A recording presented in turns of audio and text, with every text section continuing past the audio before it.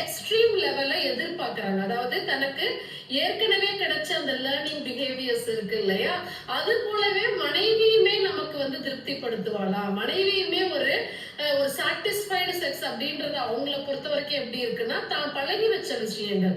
அது புதுசா ஒரு மனைவி வரும்பொழுது அவங்க எல்லா விஷயங்களையும் உங்களுடைய டேஸ்ட் எப்படி இருக்கும், உங்களுடைய எக்ஸ்பெக்டேஷன்ஸ் என்ன, டிசைர் என்னன்றத ஒரு குறிப்பிட்ட காலகட்டத்துக்குள்ள ஒரு மனைவியால புரிஞ்சுக்க முடியாது. அப்போ என்ன ஆகுது அப்படின்னா, ரெண்டு பேருக்கும் ரொம்ப மிஸ் அண்டர்ஸ்டாண்டிங் ஆகுது. உங்களோட எக்ஸ்பெக்டேஷன் ரொம்ப அதிகமா இருக்கிறச்ச என்ன பண்றாங்க அப்படின்னா, மனைவி கிட்ட அவங்களுக்கு எரெக்ஷனே தோட மாட்டேங்குது, மூட் ஆக மாட்டேங்குது, மனைவியை வந்து தள்ளி வைக்கிறாங்க. ரெண்டு பேருக்குள்ளேயும் நிறைய மிஸ் அண்டர்ஸ்டாண்டிங் வருது.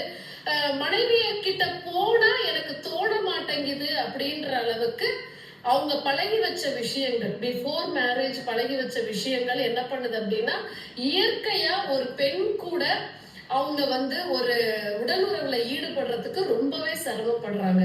சோ இதுல இருந்து நீங்க வெளியில வரணும் அப்படின்னா கண்டிப்பா தொடர்ந்து ஒரு தெளிவான ஆலோசனை எடுத்துக்கணும். அந்த பிஹேவியர்ஸ்ல இருந்து கொஞ்சம் கொஞ்சமா எப்படி உங்களை ஓவர் கம் பண்ணி வர வைக்கிறதுக்கு ஒரு தெளிவான மனநிலையை நீங்க உண்டாக்கணும்.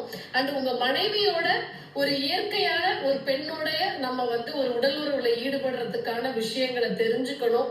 அண்ட் அவங்களோட நிறைய டைம் ஸ்பெண்ட் பண்ணணும், உட்கார்ந்து பேசணும், அதற்கான சூழ்நிலையை உருவாக்கிக்கணும். மனதளவுலையும் தைரியமாகவும் திரும்ப நம்மளால இதெல்லாம் ஈடுபட முடியும் அப்படின்றத ஒரு ஆலோசனை எடுத்துக்கும் பொழுது கண்டிப்பா உங்களுக்கு ஒரு தெளிவு கிடைக்கும். சரியா? நன்றி.